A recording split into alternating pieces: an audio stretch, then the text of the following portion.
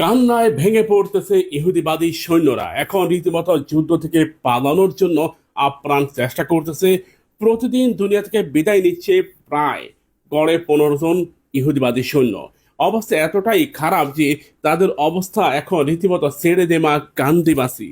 Iran সাফ জানিয়ে দিয়েছে তারা কোনো অবস্থায় এই যুদ্ধ বন্ধ করবে না। ইরানের পক্ষ থেকে স্পষ্ট বার্তা। ইরানের রাজধানী তেহরানে এভারেজ গড়ে প্রায় 47.97% বিল্ডিং ভবন ভেঙে পড়েছে, ধ্বংস হয়ে গেছে। এরই মধ্যে আরো একটি খবর, ইহুদিবাদীদের অঞ্চল ছেড়ে পালিয়ে যাচ্ছে ইহুদিরা। রীতিমতো প্রায় 26 লাখ ইহুদি প্রথম এক সপ্তাহে ইসরায়েল ছেড়ে পশ্চিমা দুনিয়ায় পাড়ি জমিয়েছে। এবার চিন্তা করে দেখুন, এটা প্রথম এক সপ্তাহের ঘটনা। গত 7 দিনে, সর্বশেষ 7 দিনে শুধুমাত্র জাহাজে করে চলে গেছে প্রায় 6 লক্ষ ইহুদি। অবস্থা এতটাই বেগতিক যে তাদের পক্ষে বেঁচে থাকাটা বেশ কঠিন। হিটলার যে পরিমাণ ইহুদিদেরকে দুনিয়া থেকে বিদায় করে দিয়েছে, তারপরেই সবচেয়ে বড় সংখ্যাটা ইরান করে দিয়েছে। জার্মানিতে অবস্থানরত ইহুদিদের একটি অংশ ইতিমধ্যে জানিয়েছে ইহুদিরা যাতে কোনো অবস্থায় তাদের ভূমি ইসরায়েলে না থাকে, তারা যেন অতি দ্রুত এই রাষ্ট্র ত্যাগ করে, তা না হলে ইরান তাদেরকে দুনিয়া থেকে বিদায় করে দিবে। ইরান যা করতেছে তা রীতিমতো এক অসহনীয়।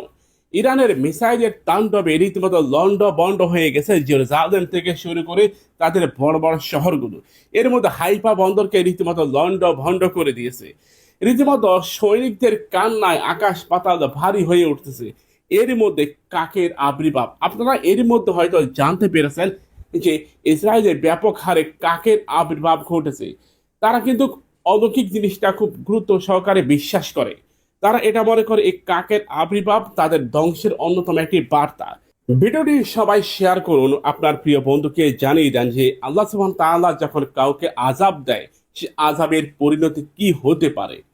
ছোট্ট একটি রাষ্ট্র ইসরায়েল, কিন্তু বর্তমানে যেন তারা সিরিয়া, লিবিয়া কিংবা ফিলিস্তিনিদের মতো পরিস্থিতি হয়েছে যে তাদের বাড়ি ঘরগুলো এখন রীতিমতো ভেঙে পড়ছে।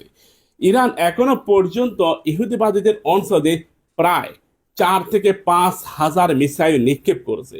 এর মধ্যে ড্রোন তো রয়েছে। তাদের আয়রন ডোম, তাদের Patriot air defence system, third air defence system, এগুলো কোনো কাজই করতেছে না। এক একটা এয়ার ডিফেন্স সিস্টেম মিসাইলের দাম প্রায় $3.5 মিলিয়ন। একটা নকল মিসাইলকে ভূপাতিত করতে সম্প্রতি তাদের খরচ হয়েছে $3.4 মিলিয়ন। চিন্তা করে দেখুন, একটা নকল মিসাইলকে ভূপাতিত করতে। ইরান এরই মধ্যে কাস্টার মিসাইল ব্যবহার করতেছে। কাস্টার মিসাইল বোঝেন? অর্থাৎ একটা মিসাইলের মধ্যে কয়েক হাজার ছোট ছোট বোম থাকে। এগুলো তাদের অঞ্চলে একের পর এক বৃষ্টির মতো পড়তেছে। অবস্থা এতই খারাপ যে কাস্টার বোমা নিষিদ্ধর ব্যাপারে এখন ইহুদিবাদীরা জাতিসংঘের শরণাপন্ন হচ্ছে যে ইরান একের পর এক কাস্টার বোমা নিক্ষেপ করতেছে, যার ফলে শুধুমাত্র কাস্টার বোমার আঘাতে প্রায় 300 ইহুদিবাদী সৈন্য দুনিয়া থেকে বিদায় নিয়েছে, যারা মাঠ পর্যায়ে কাজ করতেছিল, ডিউটি পালন করতেছিল। এমন তো অবস্থায় 3 শতাধিক, চিন্তা করে দেখুন ভাই, মিসাইলের আঘাত তো তাদের উপর আসেই, এর মধ্যে কাস্টার বোমার আঘাতে তাদের উপর যেন রীতিমতো কিয়ামত নেমে এসেছে। ভিডিওটা শেয়ার করুন আপনার প্রিয় বন্ধুদেরকে।